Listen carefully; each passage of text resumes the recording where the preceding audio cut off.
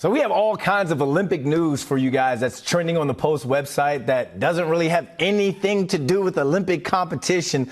But the headlines are absolutely wild, and you people love this type of stuff. So let's check in with New York Post do-it-all writer and reporter Jenna Lemoncelli with the greatest and the latest out of Paris.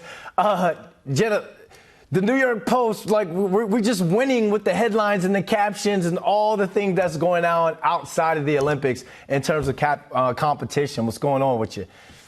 There's so much happening at the Paris Olympics that has nothing to do with the games that is trending. And like you said, Yep. doing so well at the New York Post that it's interesting because there's so much that people don't know in terms of the rules and the regulations that go on inside and outside of the Olympic Village. So we're seeing a lot of news coming out of there, a lot of controversies, disqualifications, and the list goes on. So there's a lot of tea to talk about today, Brandon. All right, we got the controversy. Number one, obviously one of the biggest ones coming out of Paris.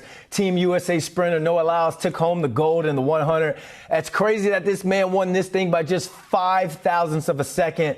Now, there's a photo finish that's gone viral, but there are people online saying that other athletes stepped over the finish line before him. Can you explain the photo and this new Olympic controversy?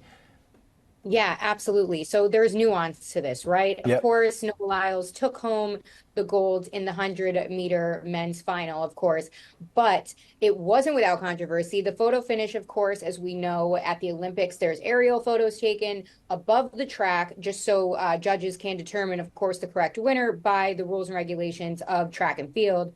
And it had appeared as though, and it really did happen, that Jamaica's Kashane Thompson, he had stepped over the finish line first. And then we see U.S. sprinter Fred Curley coming in with the bright orange track shoes and then appearing to step over the line as well. However, that is not how the rules go in track and field. Although their toes may have crossed the line, according to track and field rules, it is the first runner that gets their torso over the line. It's called leaning if you're a casual fan in track and field. So Noah had actually leaned at the very end, propelling his chest over the line. So when you see that photo finish, the toes of the other runners may have crossed over, but it is the chest that Olympic judges are looking for. So because of that, he had beaten Jamaica's Thompson just by, like you said, what was it, 5 thousandths of a second there. Yep. So he did it to secure the gold. And the last title that Noah had actually won, he won it by a heavy lean as well. So again, this isn't new. This isn't a new rule. This is how track and field has always operated. But of course, the Paris Olympics, they're getting so much eyeballs, especially this year. And Noah is, of course, a top American sprinter. So that got a lot of attention. But according to rules, all is well. No controversy for real. The lean got attention, so did the fingernail polish on his nails as well. D-Wade shouted that out. Next up, swimmer Luana Alonso was kicked out of the Olympic Village for inappropriate behavior, is what they're calling it. This one's getting all kinds of clicks on the website. What's inappropriate? What did she do that was so inappropriate? I got so many questions on this one.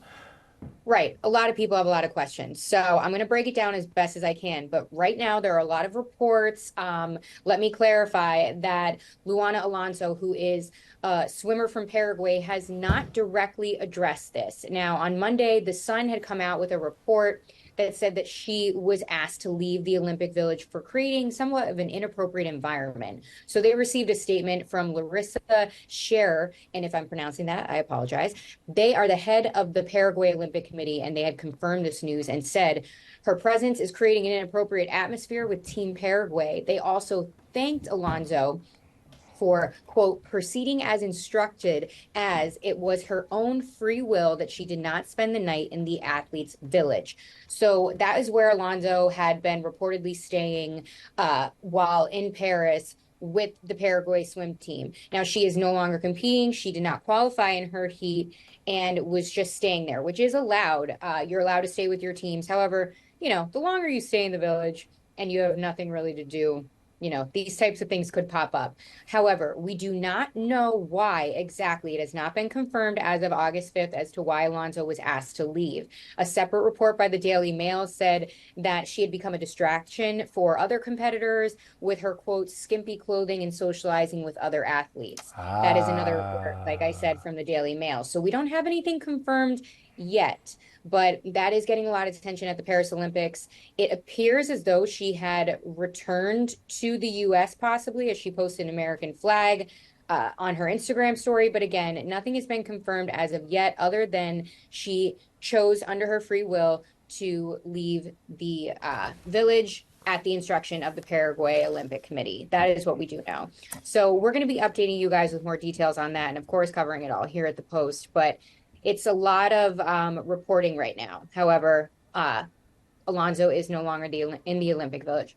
Yeah, they better watch the verbiage, calling her a distraction and saying like skimpy clothing and all. We see what you're insinuating, what you want the people kind of thinking on why she was asked to leave. But at the same time, that could backfire on them as well. Last but not least, French pole vaulter Anthony Ammirati has finally broken his silence after his man part knocked down the pole, and he finished 12th. Dare I ask what he's had to say about his Olympic dream being crushed? Well, we all saw the viral footage of that pole vaulting event gone a bit wrong for him. The 21-year-old missed that, of course, when he had gotten caught on the pole in his lower extremity there below the waist. And the French pole vaulter did not address the attention he had received online directly. He did say, though, that it was a disappointment to go through all of that. Of course, he said, quote, "I am gutted because I didn't miss anything on the third attempt. What I did miss was a bit of jumping and training to fine-tuning the settings, just a technical session." So again, did not address it directly, but was disappointed and very upset about that, of course. And like you had mentioned, he finished 12th and had ended up just saying he felt 100% physically, but he said he was missing a bit of pole vaults. And we're going to end it on that so we can keep our jobs. Jenna Lemoncelli, thanks for hopping on with me. Anytime.